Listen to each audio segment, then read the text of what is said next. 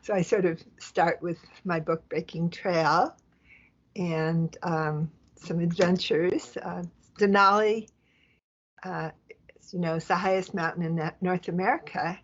And very long ago, when I was a graduate student at UC Berkeley, a lot of my friends were going to climb it, and I wanted to go too. It was a guided trip, and I called to ask if I could go, and I was told that women could go as far as base camp to help with the cooking at a reduced price. And so I called the leader to say, what? And he said, well, women just aren't physically strong enough or emotionally stable enough to climb high mountains. And I was like, wow, that doesn't sound right. I'd climbed higher than Denali with my friends from college, so I organized an all-women's trip on Denali. And I think one of the reasons people didn't think women were strong enough is in those days, nobody had dreamed up the idea of pulling your gear on a sled.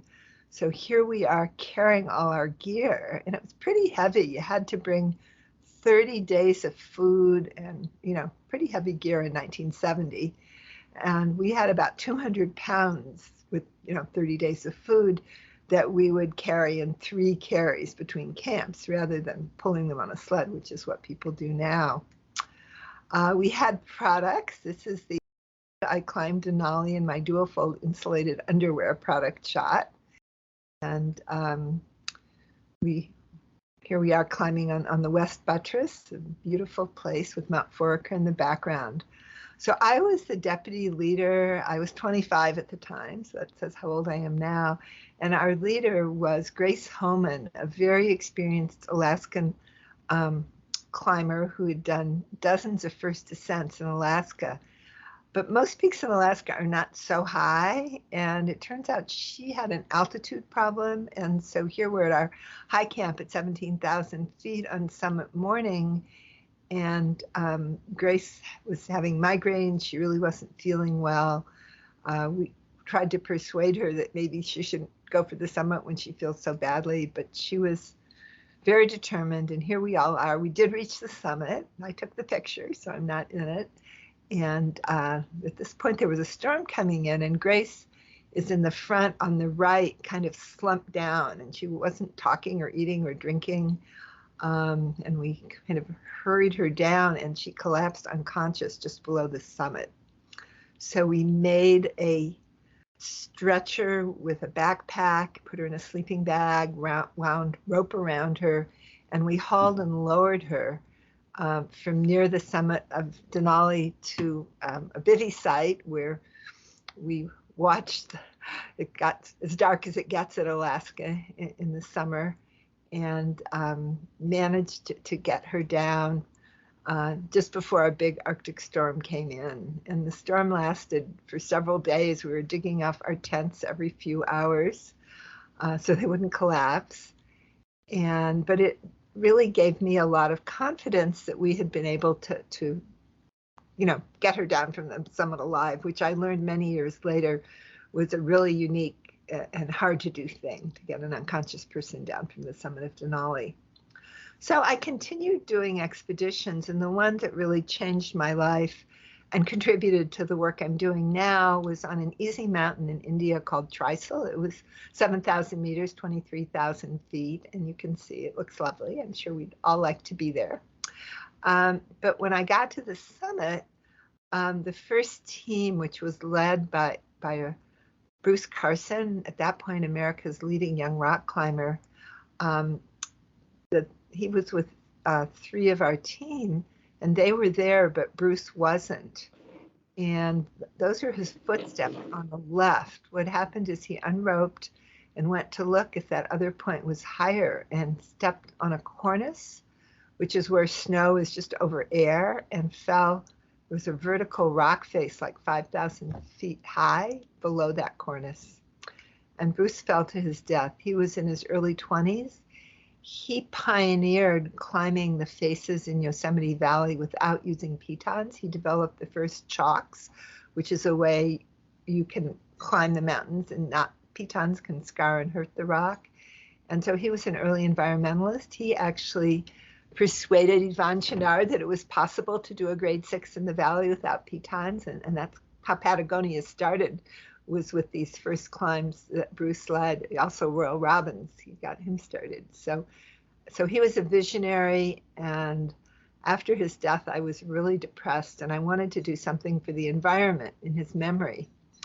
And I went to see a professor at Berkeley who had a test for which chemicals were likely to be harmful depending on whether they changed DNA, whether they caused mutations in DNA, the genetic material. And so I said, that I was at Stanford as a postdoc then, but I wanted to do something for the environment. So Bruce Ames, who I went to see, said he was really worried about the flame retardants in children's pajamas, that they were up to 10% of the weight of the fabric.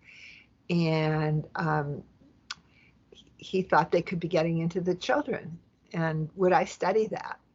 And it sounded a little weird, flame retardants in children's pajamas, but I said sure.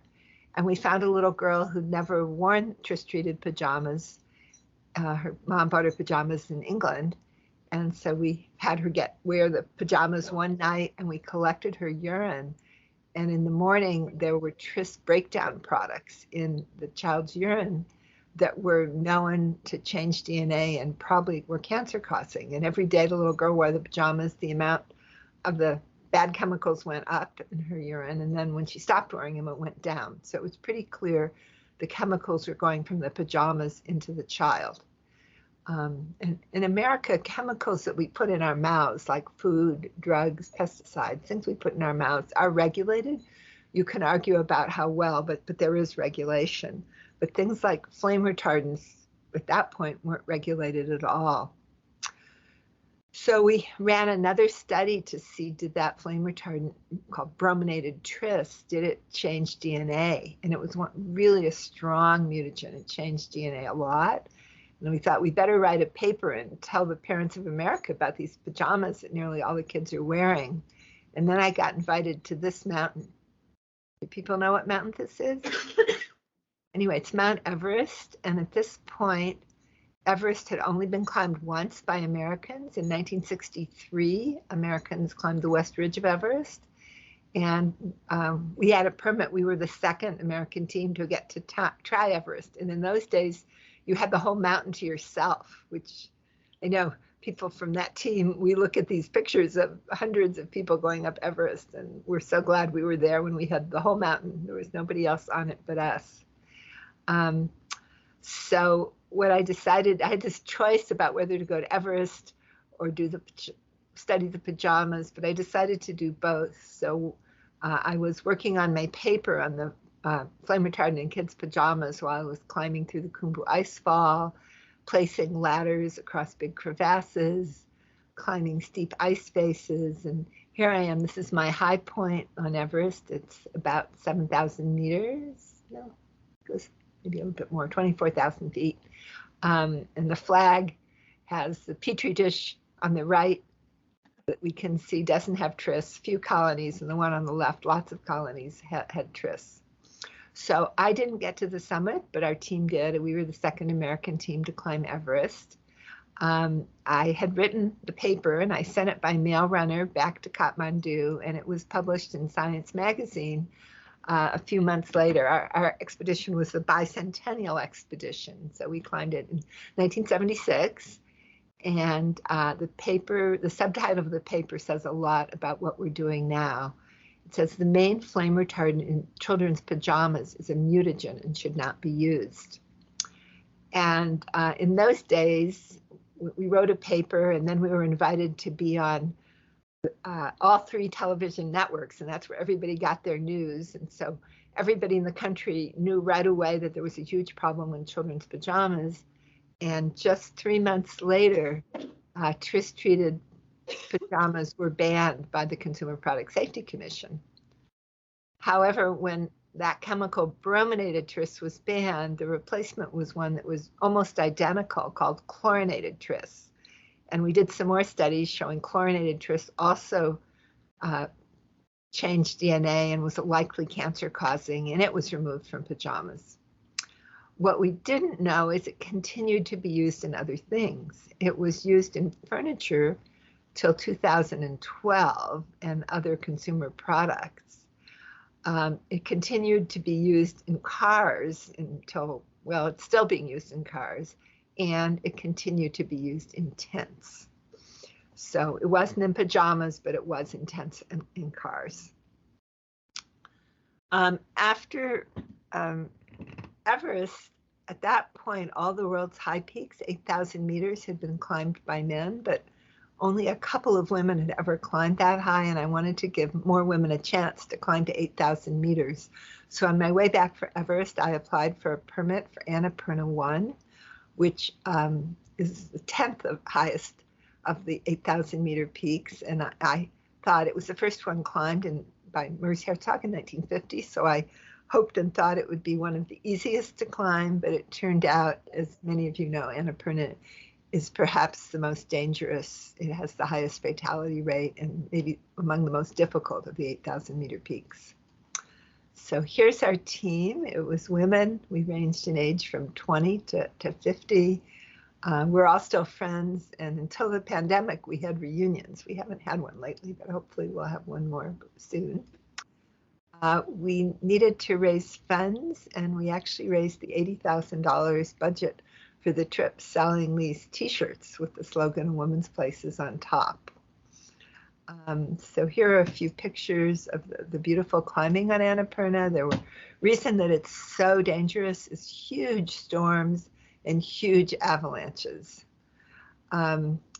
Here I am in my tent, and I thought the storms and the avalanches were the only dangers. What I didn't realize is even then, back in the 70s, my tent was probably treated with that chlorinated tris, the same chemical that was stopped use in kids' pajamas because it changed DNA and was cancer causing. But I did not know my tent was dangerous at the time. So we climbed up the Dutch Rib, the beautiful rib of ice and snow, and we reached the summit. Two of our women on our team, two Sherpas, we unfurled a Nepali flag, a American flag, a Women's Places on Top flag held together by a Save the Whales pin.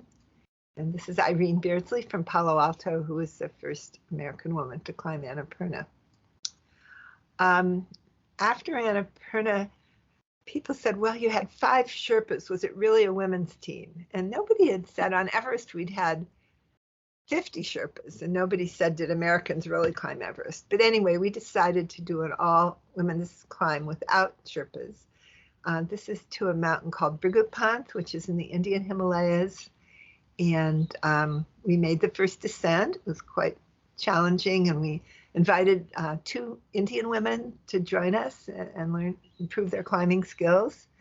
And after we were successful, we were congratulated by Indira Gandhi. And I told her how I'd always dreamed of visiting all the beautiful spots high in the Himalayas, but many of them were closed to Westerners. You had to have permission. And so she said she thought she could help me get permission. And with her help, I got a permit to walk across the whole Himalaya range, which was an amazing 10-month walk with Hugh Swift, who had just written a guidebook to the Himalayas and Karakoram, so he knew where to walk. I'm not great direction finder, so I did the politics and he did the direction finding. And every country we came on for festivals, like the annual archery festival in Bhutan. People had, most everywhere we were, they'd never seen Westerners, so we were treated like real honored guests. In Sikkim, the young Dalai Lama was giving a talk in English. The Day of the Dog in Nepal. And from this, way back 40 years ago, I started the Berkeley Himalayan Fair. I don't know if any of you have ever attended, but next one will be May 18th and 19th. In Live Oak Park in Berkeley. And I think Kim put our newsletter information in the chat. And if any of you want to sign up for our newsletter, we will get an invitation to next year and every year Himalayan Fair. It continues. So thousands of people come to Live Oak Park to have Himalayan food, arts, crafts, entertainment. and a general good time. And the fair is free. So my most recent adventures, my daughter Annalise, when she was a baby, we decided to carry her across the Alps from Yugoslavia to France. And this is Patagonia made their first little Gore-Tex baby suit for her. And oh goodness, Gregory made their first baby pack for Annalise. So, as Kim said, I wrote 2 books, Annapurna Women's Place, about climbing Annapurna, and Breaking Trail, about a lot of my different adventures. And when I finished Breaking Trail, I had stopped doing science for about 26 years to write the book and raise my daughter and many things, and didn't know if I could go back to science. And then I discovered the same tris that we'd removed from kids' pajamas was back in lots of products, notably the nation's furniture. At that point, I didn't really know about it being in tents or cars, which is what we're working on now. So I founded the Green Science Policy Institute, where scientists who write papers bring decision makers together and communicate science for healthier products. And the problem is there are more than 80,000 chemicals on the market today, and to evaluate a chemical, the science can take years, the advocacy to get it regulated can take years, and then if it's replaced, it's often replaced by something that's similar in structure, function, and toxicity. So an example here is the chemical on the left. It's called decaether. It's persistent, bioaccumulative, and toxic. And it was the chemical manufacturers agreed to stop making it, but they replaced it with the chemical on the right, which looks very similar, decabromoethane. And it is similarly persistent, bioaccumulative, and toxic. And indeed, we helped facilitate some analysis of a number of tents from Marmot. And if I'm remembering correctly, on the fly of the tents was this decabromoethane, which is legal in the US. It's actually being banned in Canada, but it's just as problematic as the one on the left, which is regulated all over. So that's called a regrettable substitution, where you go from something that's problematic to something that is very similar, but it hasn't been studied, so you don't know whether or not it's problematic yet. But then it usually is, and it has to be phased out also.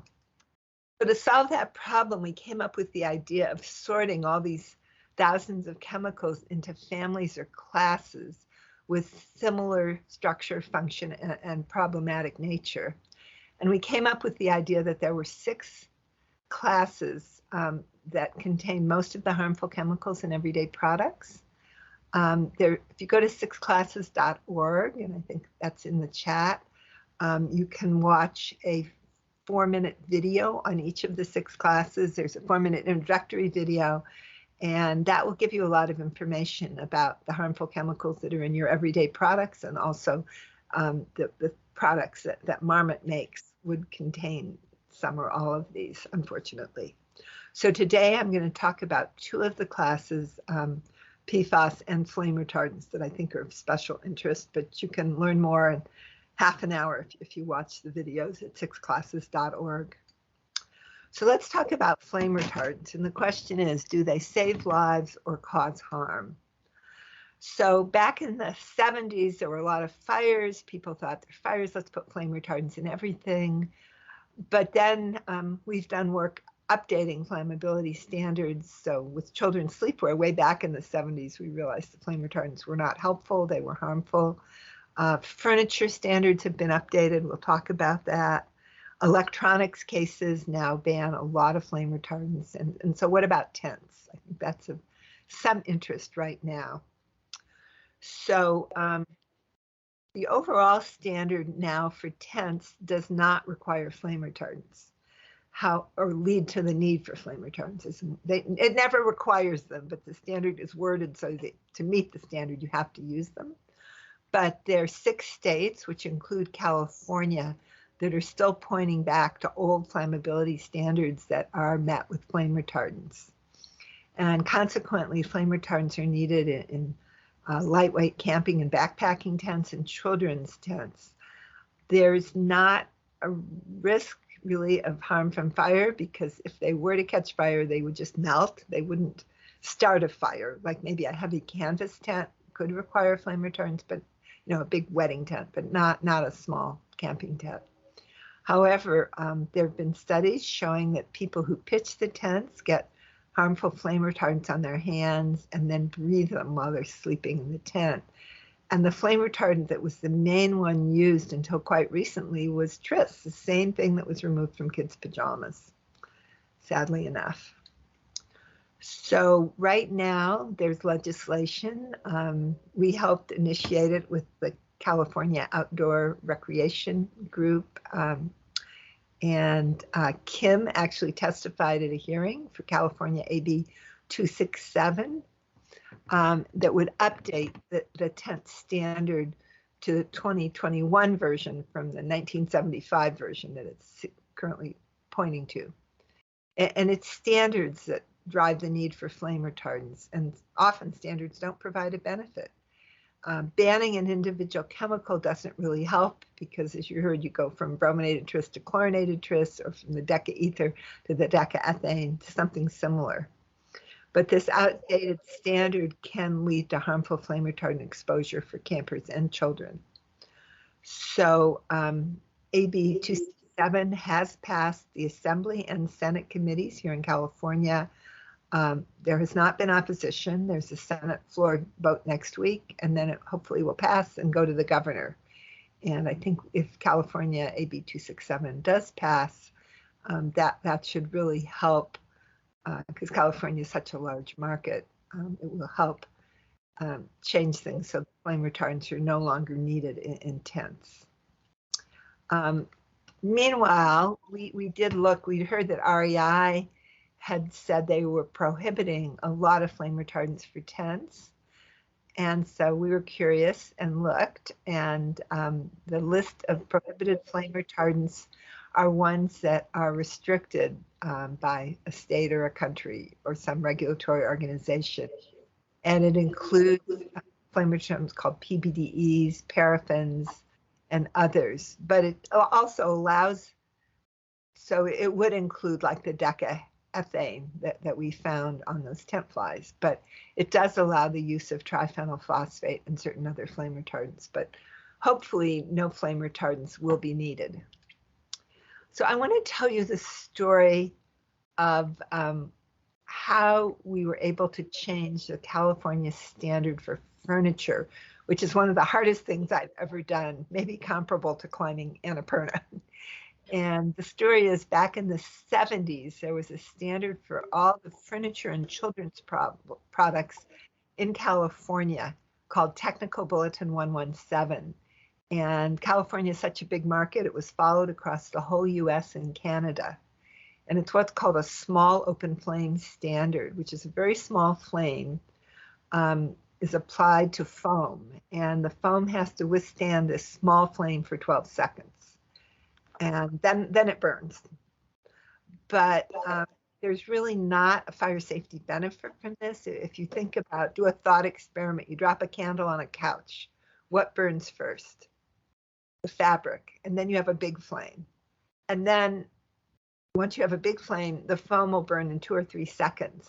So it really doesn't make a benefit. And the foam fire is much smokier if you have flame retardants. So it leads to a smokier fire, which is, and more toxic gases, and maybe 2 or 3 seconds delay in ignition.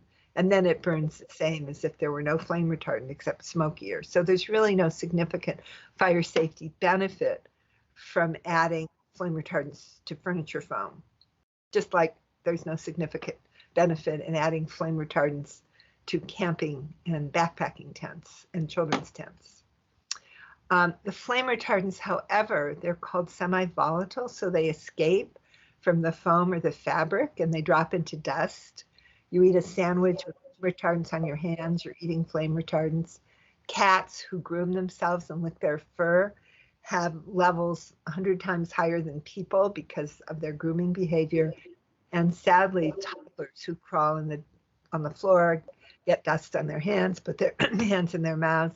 And young children often have levels that are 3 to 10 times higher than their parents just during critical windows of development.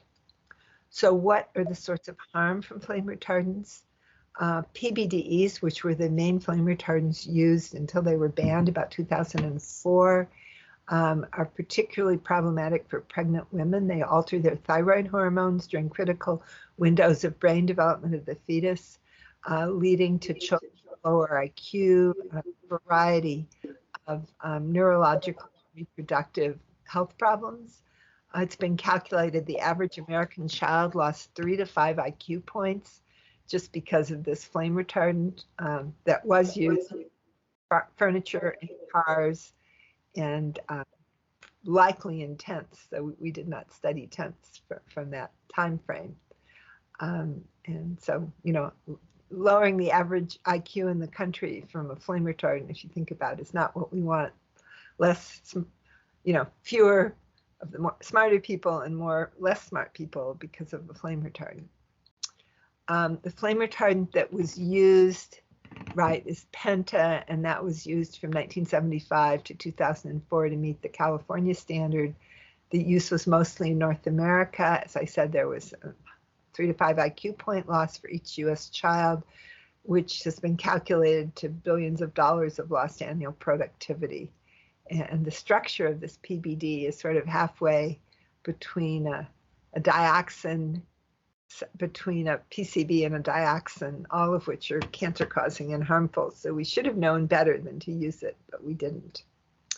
As I said, the smoke toxicity is increased by flame retardants. They delay, but they don't stop foam from burning. They increase soot, smoke, carbon monoxide, hydrogen cyanide, toxic gases. So not a big benefit. Firefighter deaths are much more due to cancer, if you look at that, than other conditions. And firefighters believe that these flame retardants are contributing to their cancer. So, as I said, there's no fire safety benefit in furniture adding flame retardants, but a lot of potential for harm. So as scientists, we did a study. We collected flame retardants from baby products. At that point, 85% of them had flame retardants, as much as 15% by weight. And we gathered allies. And then the thing that changed everything was a series from the Chicago Tribune. It's really interesting. Maybe when I see Kim next, I'll give her a copy just to bring to your office if people want to read it. It's high scandal, but the subtitle says everything. A deceptive campaign by industry brought toxic flame retardants into our homes and into our bodies, and the chemicals don't even work as promised. And that was true for furniture. It's also true for tents. And this is about a lot of incredible lobbying by the flame retardant industry, worse than lobbying, to keep the flame retardants in. When I started doing this work, I was just working for free, me and my cat, and we learned the flame retardant industry had spent $23 million in Sacramento opposing legislation that would have increased fire safety without the use of flame retardants. However, after this series came out, the legislation moved forward, and the standard was changed to something called TB 117-2013 that increased fire safety without flame retardants. So furniture since maybe 2014 or 15 will have a label like this that says contains no added flame retardant chemicals. And indeed, flame retardants are now, it's illegal to add them to furniture here in California. This standard became mandatory in 2015, and it was, how did it increase fire safety without flame retardants? It increased it by making the fabric resist smoldering ignitions like cigarettes. So flame retardants weren't needed, but they weren't banned. But this was a big deal. It improved fire safety and a big reduction in health harm for our population and environment. And this became a national standard in June 2021. There was a problem getting it passed as a national standard. And then there was a huge COVID relief bill that was, I don't know, 1,200 pages long. And the last paragraph said, and the country will follow the California new standard to increase fire safety without flame retardants. So that is good news on furniture. At the same time, we had a petition to the Consumer Product Safety that banned organohalogen flame retardant. That's the most commonly used kind in children's products, furniture, mattress pads, and electronics enclosures. So I'm putting in my glamour slide. This is the most glamorous night of my life. It says that flame retardants could be glamorous. Based on this work on flame retardants, Jerry Brown was governor, and he felt that this was one of the most important things that happened while he was governor, was changing this flammability standard so all the furniture across the US and Canada no longer had flame retardants. Anyway, so I got inducted into the California Hall of Fame, and on the far left there's Robert Redford, and on the far right there's Joan Baez, two of my heroes. So the glamour of flame retardants. So I don't know, should we stop now and have a discussion, or should I talk about PFAS? What do you think, Kim? I don't know. Everyone in the room, or a quick poll, I guess. Do we want to keep hearing more of all this amazing work? We can hear about PFAS, or we can Arlene can maybe answer some of our questions.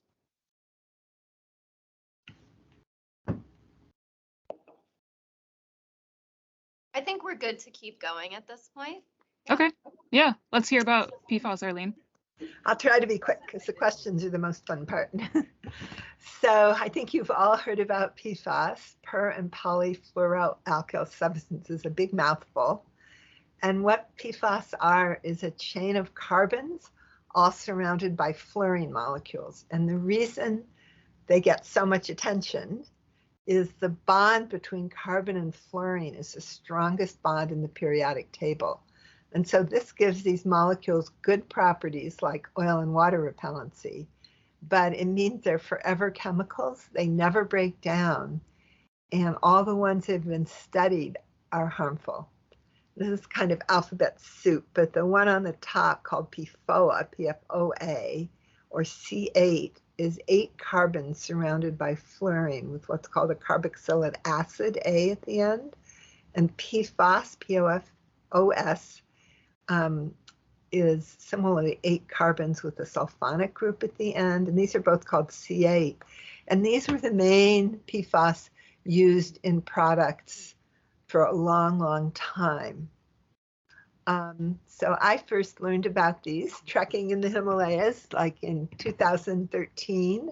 I was reading this book, Stain-Resistant, Nonstick, Waterproof, and Lethal, The Hidden Dangers of C8.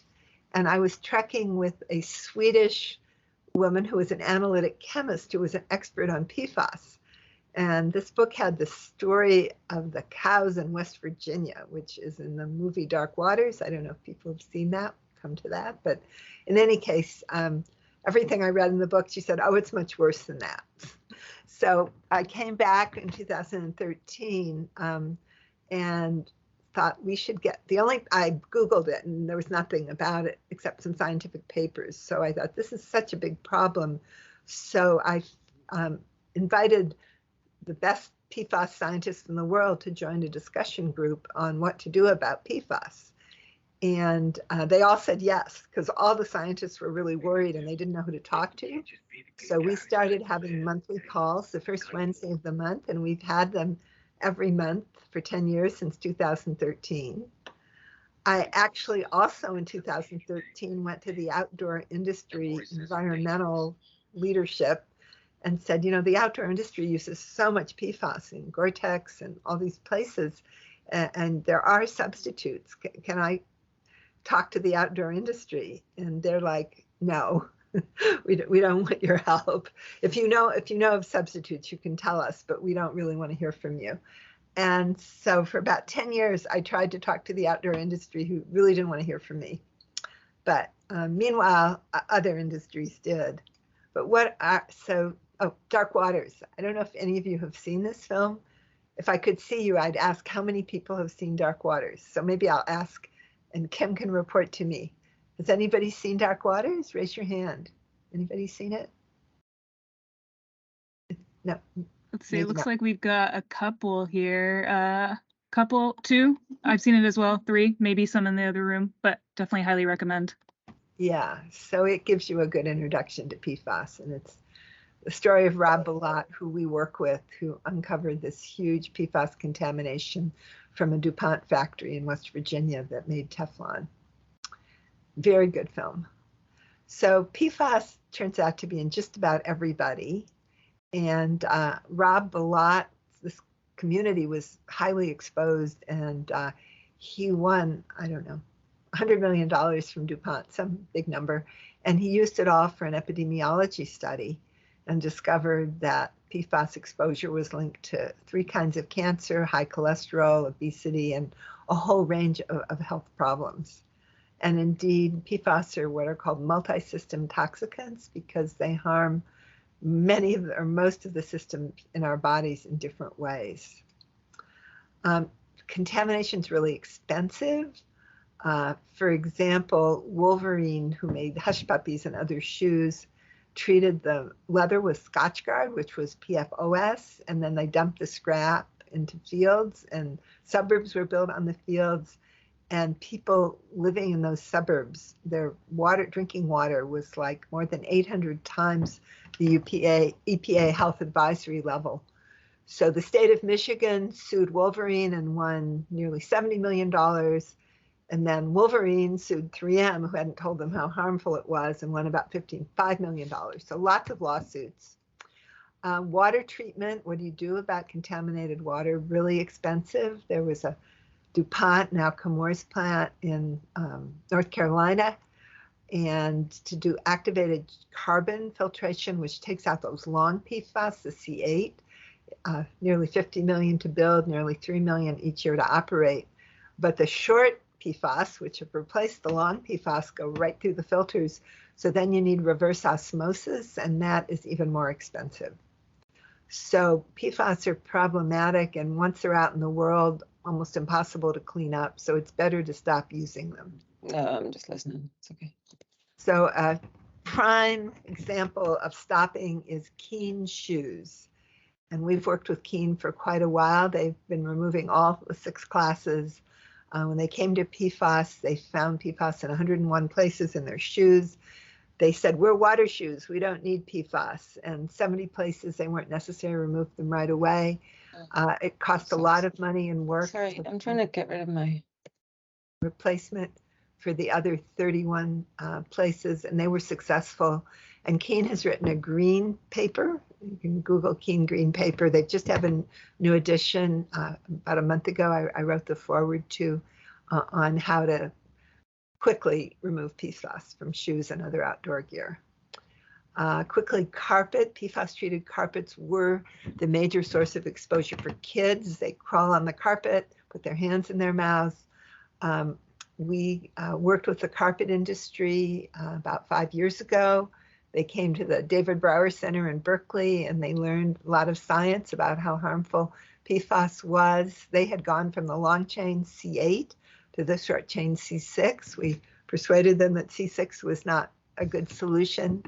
And by the end of this one-day meeting, the carpet industry pledged to stop using PFAS, and they did.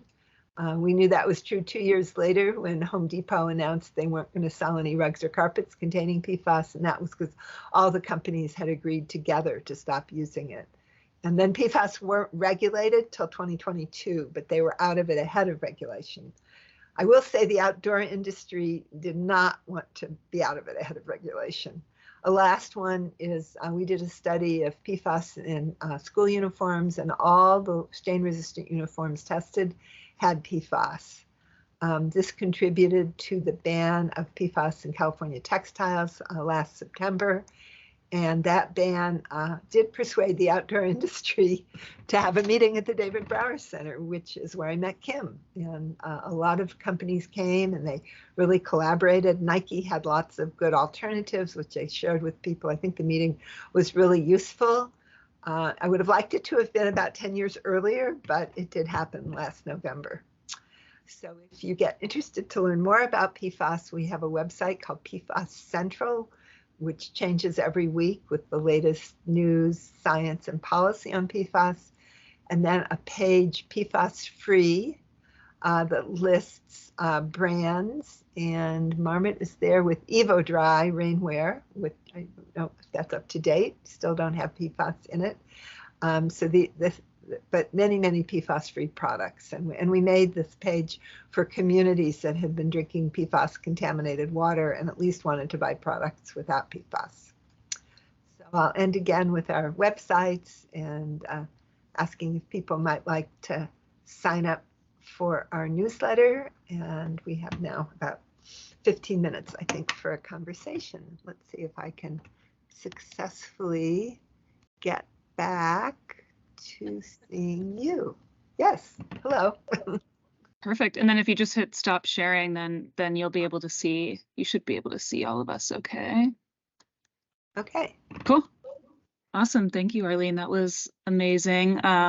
Just leaving the floor open to questions. So if anybody has any questions or comments or feedback that they want to share with Arlene, now's the time. And if nobody has anything, then I'll think of something. So. Hi, Arlene. Thank you so much for joining us today. Do you have any comments? Thank you, and clarifying on the C6 as well. Do you have any comments about even C0 coatings and kind of some of the alternatives that people are looking at today? Well, there's a lot of alternatives. I think from when we had our meeting, we had a sheet of alternatives. And I think, sometimes you lose a little bit of function, but now there's a level playing field. We all climbed high mountains without PFAS, and people still can. A lot of the uses, like Keene found that 2/3 of the places they were using it, they didn't even need it. And then it was hard where they needed it to find alternatives, but there's an increasing number. And I think I heard from Kim that Marmot's doing really well, right? You're finding alternatives? I mean, sometimes they're not quite as good. I mean, PFAS is a good thing, but not a good thing overall when you consider it's forever and all the ones that have been studied are harmful. It's kind of weird. Somebody I know made some movie about aliens coming to Earth, 1,000,000 years from now, and the only remnants of our society left. Not we're not left, but there's just PFAS, So it's forever and not a good thing. So it's really good the legislation passed. I see somebody raised their hand. Yes. I have one question, but that's just a chemistry lesson from high school. When you were showing the chains and their carbon and there was no C in there. Oh yeah, that's just where they come together. Oh, okay. So that's how. Refresh my memory on that one. Yeah. The other thing is about the Teflon pans. Have they stopped using that now, or no? Use it in Teflon pans? Non-stick cookware, or maybe people Teflon? Use a lot of it. There are alternatives to Teflon, and Teflon and Gore-Tex are big molecules. They're polymers.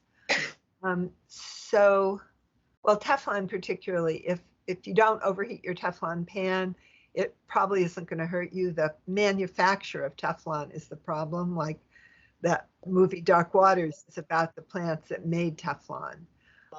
I used to say that about Gore-Tex. I used to say, well, with your Teflon pan and your Gore-Tex jacket, you can use what you have, but don't get another one. But Gore-Tex is actually something called a side chain polymer, where the bad molecules are kind of dangling off the carbon chain. And because that's what the children's uniforms were. So when we did the paper on children's uniforms, we wanted to know how harmful, because crazy, 20% of the kids in America wear uniforms. We had no idea. And sometimes, it's right against their skin. And we learned that there can be as much as 5% by weight leftover monomer, small molecule, unreacted things, breakdown products. And so the same thing with Gore-Tex. it's just hard to say, but I don't know. I have Gore-Tex jackets. I'm still using them, but I certainly will not buy another one. Yeah, when I said the word Teflon, I get confused. That's like an industry term. I meant non-stick, No, And I guess when they first came out, everybody just called them Teflon. No, I mean, it's commonly used. It's a very common, inexpensive, effective nonstick material. The problem is the manufacturing. So watch Dark Waters. You'll learn about Teflon manufacturing. I think Randy has a question. Yeah. Hey, Arlene. I apologize because I think this is almost more of like a philosophical question. I think for so many of us that have been in the outdoor industry for a while, we're of course completely aligned to the making the change and doing what's right, but we're constantly trying to find the right balance between ensuring we're protecting our business and then making the right choices and at the right pace so that we're doing everything as quickly as we can, but we're not gonna shoot ourselves in the foot to get there. I'm just curious if you have any advice or anything to offer in that conundrum where it feels like sometimes we're fighting against ourselves, and if you have any wisdom to share in terms of like how to approach that and still feel like we're making the right decisions when sometimes we have to be slower than we want to be. Well, I mean, I think your industry waited until there was legislation, and now you have to. There's a level playing field, and everybody's concerned. Oh, I remember somebody, because I was somehow I used to speak at outdoor retailers about mountaineering, but nobody would ever let me speak at outdoor retailers about PFAS, even though the people who sold it were at outdoor retailers every time, taking people out. The people from DuPont, maybe you knew them. But they did not want me at outdoor retailers. But so that was really disappointing to me because other industries like the carpet industry, food packaging industry, the industry decided to stop ahead of legislation. And it's actually better to stop ahead of legislation. But I think with the outdoor industry, there was a real concern about performance. Yeah. But now people are stopping, Mm-hmm. and they're fine. And like you had a PFAS-free jacket that was a black jacket like 4 or 5 years ago. Mm-hmm. And Columbia had their white jacket. Mm-hmm. And I have a really good jacket, 3 or 4 years. I have a North Face one. I have several people who have given me PFAS-free jackets over the years. So I think the solution has been there for a while, but everybody is worried about performance. Will they get returns? Sure. And so it took, in the case of the outdoor industry, it took legislation, and now there's no choice. So again, our bias is, we thought the carpet industry was amazing. They all really decided, and the legislation came about 4 years later, and a reporter asked me, well, since they're already out of it, what's the point of the legislation? And I said, well, I think the idea there was going to be legislation encouraged people, and they were worried about liability downstream. They're all in Dalton, Georgia. And so there's so many lawsuits, I can't even keep track. But so they had reasons, but they did that.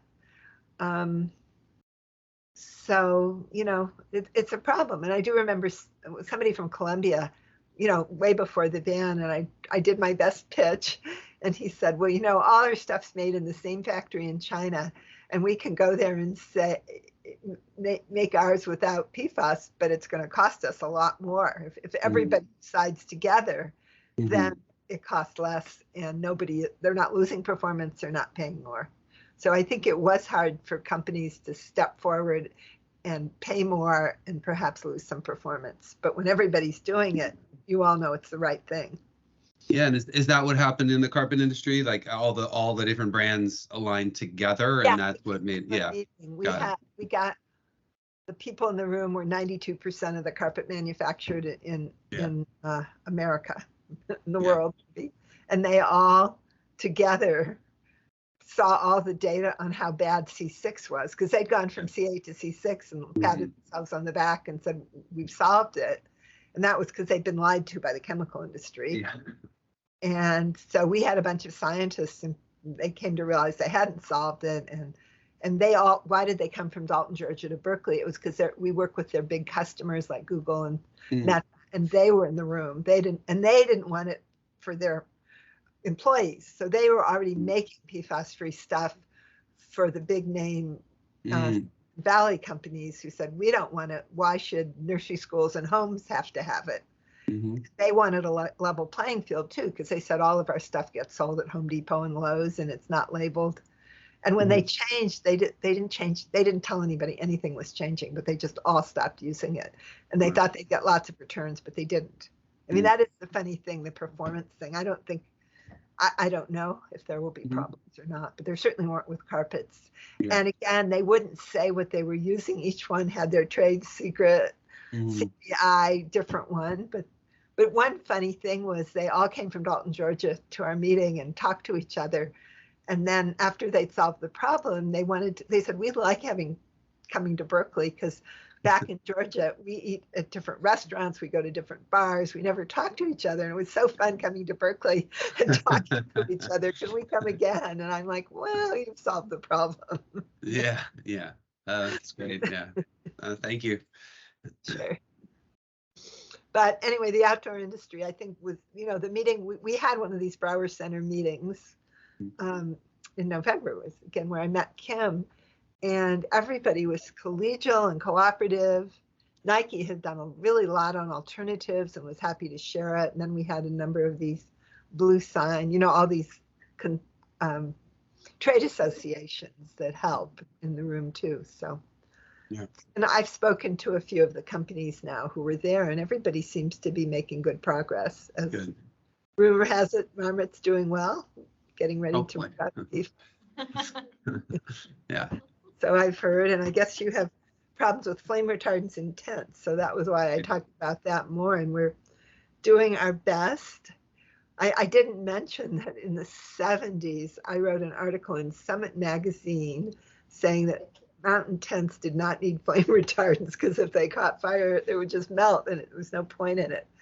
And there's an attorney named Neil Cohn who the Outdoor Industry Association hired to lead the getting away from the requirement from flame retardants. And he found this article, I'd forgotten about it, that I wrote nearly 50 years ago. So I feel a little guilty that I hadn't really done too much about it. And we're hoping California legislation will pass, because I think Marmot's in a particularly difficult place because lawyers are worried, about, because a lot of the tent companies, I think, are going ahead and a number of the people who were at our meeting at the Brower Center have stopped using flame retardants. Yeah. But I know when we talked to the fire marshal's office, they were like, originally they're like, well, we don't care if they're flame retardants or not. But then they're like, well, no, we're fire marshals, and so we'll see what happens. But it does not have opposition. And fortunately, the chemical industry is not opposing. Like when we changed the furniture standard, did I say they spent a documented $20 million in Sacramento opposing, which that was when I was working for free. It was very unpleasant. And then when this governor, was a lot of work changed to a standard to increase fire safety without the need for flame retardants, the chemical industry sued the state of California on behalf of the people's fire safety, which was ridiculous. And they lost. But they're not very popular with the state of California, so maybe that's why they're keeping a low profile on the tent. They have not posed, so there's no opposition. So the tent thing has pretty much sailed through till now, but you never know politics is strange. You never know what's going to happen, but hopefully it will pass in California and that will make a difference. But there's still, like New York State, we found somebody who was going to carry the bill in New York State to similar thing. And if you heard, New York State lost one legislator due to some redistricting, and that's who they lost. So it didn't happen in New York State. I think we're going to look for a new, Neil is mostly doing it, but we're trying to help him look for a new legislator. So it's tedious state by state. But since the overall standard, there's this whatever 2021 standard, that is mostly followed by all the states, but 6. That is kind of the standard that a lot of companies are following. And I guess REI has said but they haven't said they won't accept flame retardants. They won't accept flame retardants that have been banned. So there are some, hopefully you don't have to do that, but I think I said there are some like triphenyl phosphate that can be used that are allowed. It's better not to have them because they don't provide a benefit and they're potentially harmful.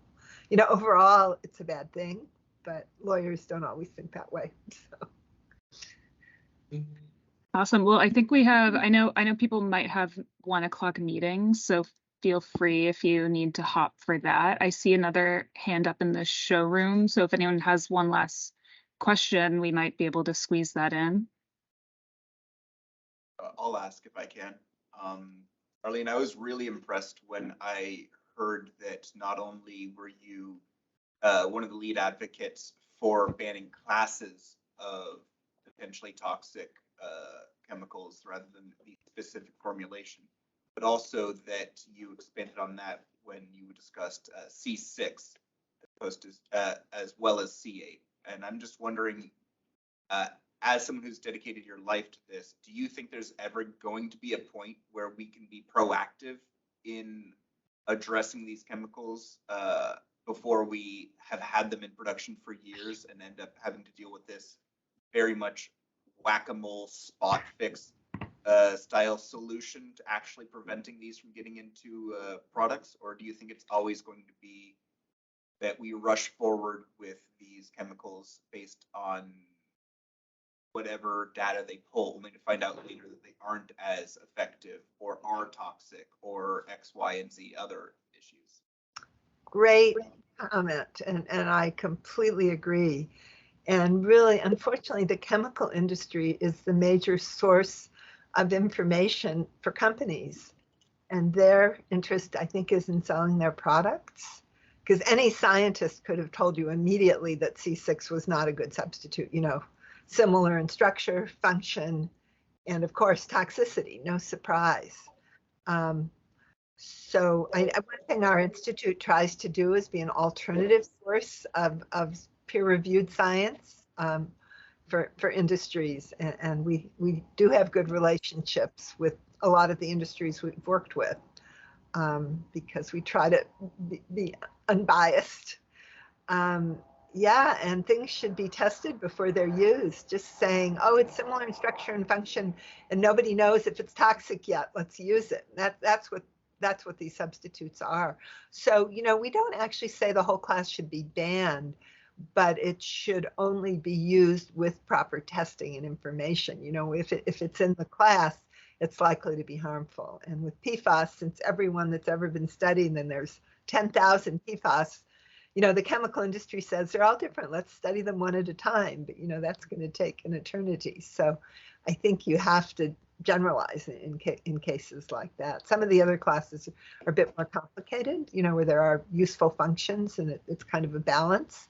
But the class concept does give you an overall way to start thinking about things that I hope is helpful. So I will say, I hope some of you will sign up for our mailing list. If you go to any of our websites, you get a chance. There's a monthly mailing list about chemicals. And then if you go to my website, arleneblum.com, I do only 4 newsletters a year with some adventures and a summary of some of the chemical information. So anyway, I hope people will stay in touch. And also our institute really does want to help the outdoor industry. So if people have specific questions that we can help with, Kim will tell you how to find us or Google us. So, but I meant to dig them out, but my best sleeping bags and down jackets are Marmot from the 1970s. And you guys have such a history of making incredible gear for half a century. And they're still better than new ones. So I should have done that. It's been a busy time, but maybe another time I was going to show you my Marmot sleeping bag and down jacket. But anyway. Next time. But so I thank you for all your good work, and I'm really happy to get a chance to share this with you. I hope it'll be useful, and wish you well on your journey to PFAS free and flame retardant free outdoor gear. So thank you.